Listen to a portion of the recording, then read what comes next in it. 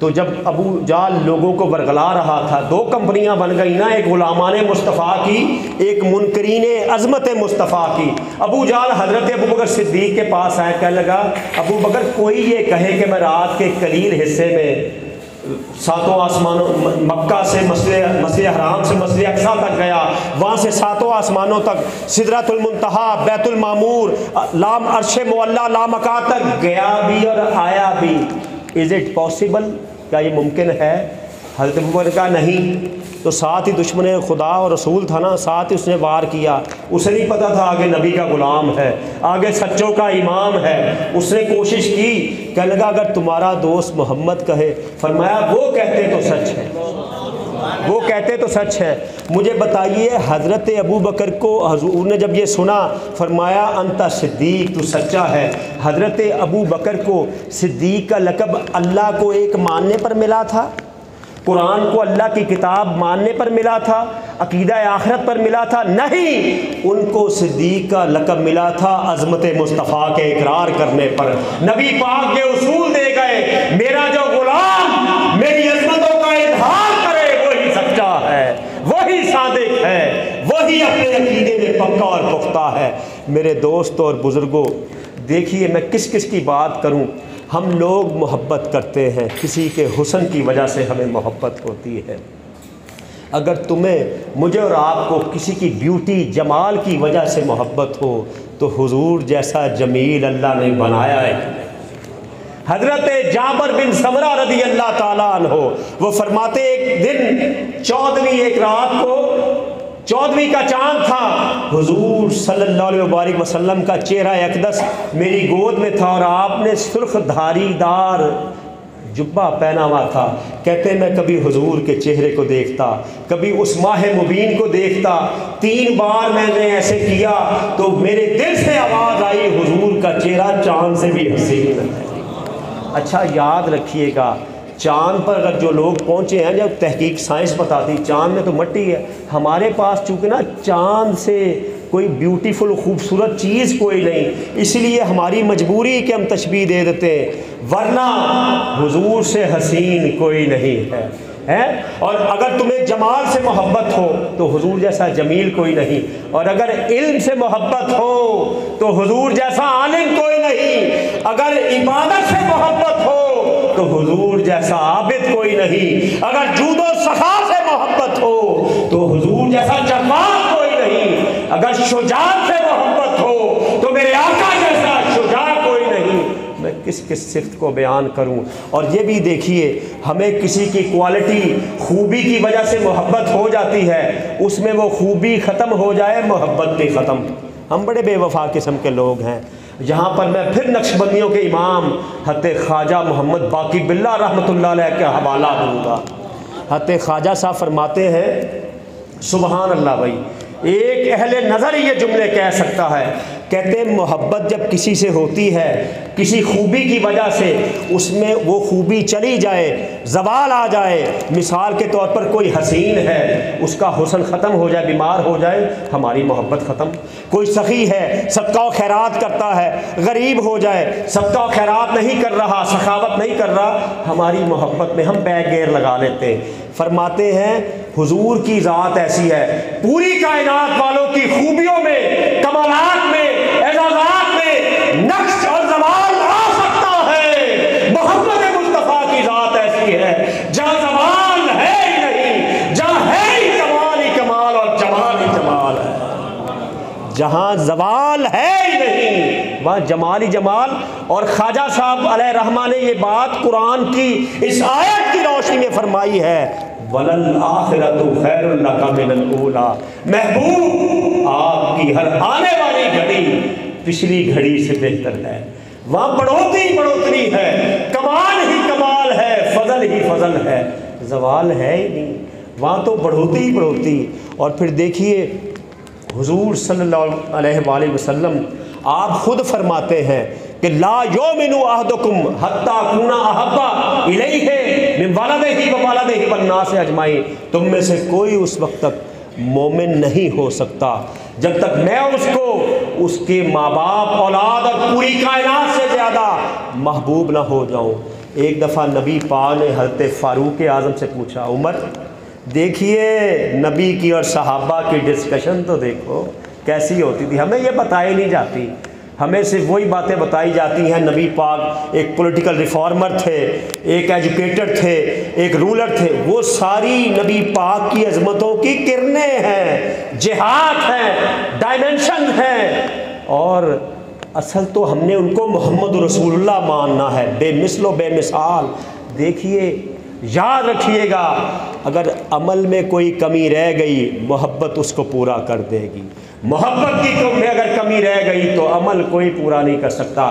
کتنے صحابہ ایسے تھے، تھوڑے سے کام کیے، چند عمل کیے، اللہ نے جنت میں داخل کر دیا۔ ایک ایمان افروز واقعہ سنتے چلیے پھر آگے بڑھتا ہوں۔ حضور کے ایک صحابی حضرت حنظلہ رضی اللہ تعالیٰ عنہ، غزوہ احد میں نبی پاک نے اعلان کیا الجہاد الجہاد، ان کی اس رات شادی ہوئی تھی۔ کیا ہوئی؟ شادی۔ اب جب نبی پاک نے فرمایا الجہاد، آؤ میدان کی طرف، دشمن سر پہ آ گیا، ان پر غسل واجب تھا، انہوں نے غسل نہیں کیا، نبی کی آواز پر لبیک کہتے ہوئے میدان میں چلے گئے اور شہید ہو گئے۔ پتہ کیسے چلا شہید ہو گئے؟ تو ان کے وجود اطہر سے پانی کے قطرے ٹپک رہے تھے۔ صحابہ کرام نے پھر نبی سے پوچھا، ہیں صحابہ کو پتا تھا حضور جانتے ہیں؟ صحابہ نے کہا یا رسول اللہ صلی اللہ علیہ وبارک وسلم، یہ ہمارا دوست حنظلہ یہ شہید ہوا ہے، اس کے وجود سے پانی کے قطرے ٹپک رہے ہیں، وجہ کیا ہے؟ تو سنیے گا نبی پاک کی نگاہیں، آپ نے فرمایا میرے عزیزوں رات اس کی شادی ہوئی ہے، میں نے جہاد کا حکم دیا، اس پر غسل واجب تھا، اس نے سوچا میں غسل بھی کروں تو کہیں تاخیر نہ ہو جائے، اور میرے حکم پر لبیک کہتا ہوا میدان جہاد میں آیا، شہید ہو گیا، اس کو فرشتوں نے غسل دیا ہے، فرشتوں نے غسل دیا ہے۔ دیکھیے پھر نبی کے غلاموں پر کیسے ان پر عظمتیں ہوتی ہیں۔ تو نبی پاک علیہ الصلوۃ والسلام فرماتے کوئی مومن نہیں ہو سکتا جب تک میں اس کو اس کے سب سے زیادہ محبوب نہ ہو جاؤں۔ فاروق اعظم سے نبی پاک نے پوچھا فاروق ہم سے کتنی محبت کرتے ہیں؟ اور فاروق اعظم جن کے نام سے کیسر و کسریٰ کانپتے تھے، لرزتے تھے۔